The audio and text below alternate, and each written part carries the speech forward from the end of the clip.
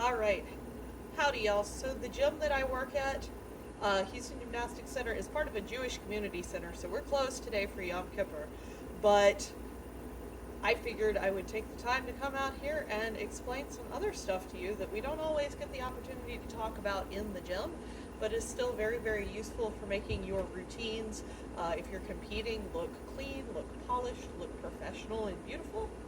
And so we're going to go over a couple of those things.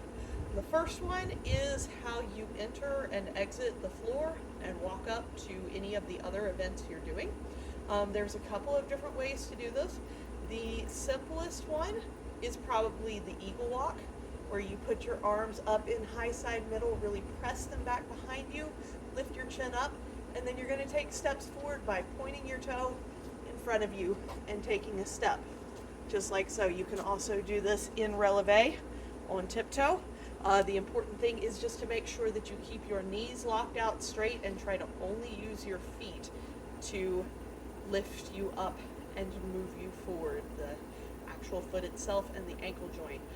If you want to give yourself, something that looks a little bit more grown up, but is also a bit more challenging, you have where you swing your arms in opposition with the walk, which means that whichever foot is coming forward, the opposing arm comes forward. If your left foot comes forward, then your right arm comes forward, and vice versa. All right, that's thing number one.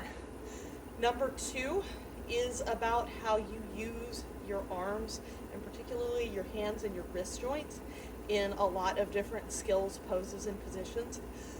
Lots of folks kind of, maybe they've watched someone on TV, or maybe it's just what kind of feels right to them. They get the idea that particularly in this high side middle and the finish positions, busting the wrist and making this kind of right angle shape with the hand is the right thing to do. Personally, and also a lot of other people I know who work professionally as coaches, as judges, that sort of thing, we really, really don't like that. What you want to see is full extension through all of the lines of the body. And in order to create that in the arms, you want there to be an unbroken line from the tip of your middle finger to your shoulder whenever you're making a straight line. And whenever you're making a curve, you want it to be a continuous curve. So when you go for these press back positions, the finish and the high side middle, you want to press the wrist open and kind of keep that straight continuous line going from fingertip to shoulder. And if you're going for something like second position, you want a continuous curve all the way around your arm. You don't want to bust in, you don't want to let them flop down, anything like that. This is one of those things that takes a lot more attention to it for some people than you would really think. But when you put the effort into it, it makes your arms look so much nicer in every pose you do. Makes all of your pictures that people take of you and your videos look prettier, all that sort of thing. By the same token, something that we can talk about for the legs is the concept of turnout. This comes to us from dance, but it's also very useful in gymnastics, and that is the idea that when you stand, when you do splits, when you do straddles, anything like that, instead of having your legs pointing straight forward, you rotate from the hips and make your feet and your knees point out. It's just very important to remember with turnout that it should be coming from the hips and not from the knees, because if it comes from the knees, then you're going to put yourself at risk of really having some problems with your knees if you land wrong on it. It's also important to note that you don't turn out in flips. You keep yourself parallel. You land with both feet facing forward when you're tumbling.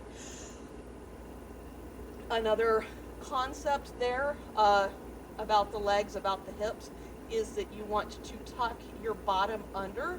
The way I like to talk about this is you imagine that you have a bucket of water between your hands here, and you want to pour your water out the back of the bucket. And what this does is it rotates your hips into a more kind of biologically correct position, anatomically correct, biomechanically correct.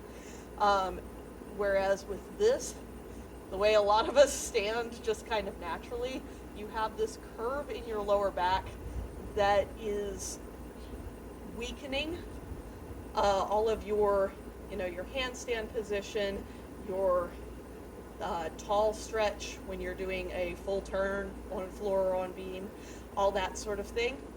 So having that tuck under, rotating the hips, and really pulling up with the chest and down and back with the shoulders, getting that good posture, is actually very, very useful for building the stronger body lines that help you with everything in gymnastics. And then finally, our last one is talking about your stick and finish. A lot of folks, they just kind of land however they land, they pop their finish, and then they walk off.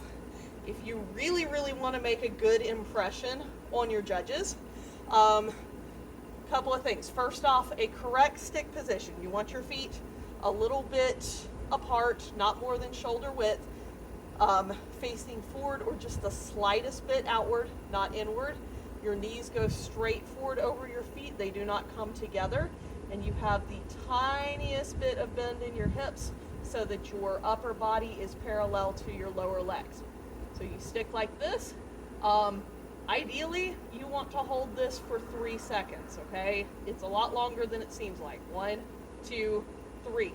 Then you stretch up, you pop your heels together without moving your toes. Stretch up in the body, tuck that bottom under, pull your hands back with the straight wrists like we've talked about for your finish position. And then we do what is called a point turn. So after you salute forward, you point the foot that is away from the judge. So if you're the judge on my left, I'm going to point my right foot forward, turn sideways, and salute again. And what that does, it kind of creates distance from the apparatus. So I've landed, say I did a front handspring vault, landed here, finish, and then I create more distance as I step away and salute. And it just is a nicer look to finish off the end of the routine on than just kind of throwing that finish up there and walking off like you don't care. Especially, if you go stick, finish, point turn, and then you walk off with that march like we talked about earlier. It's just a really nice professional way to finish the routine. That's about all I've got for today. Thanks for watching.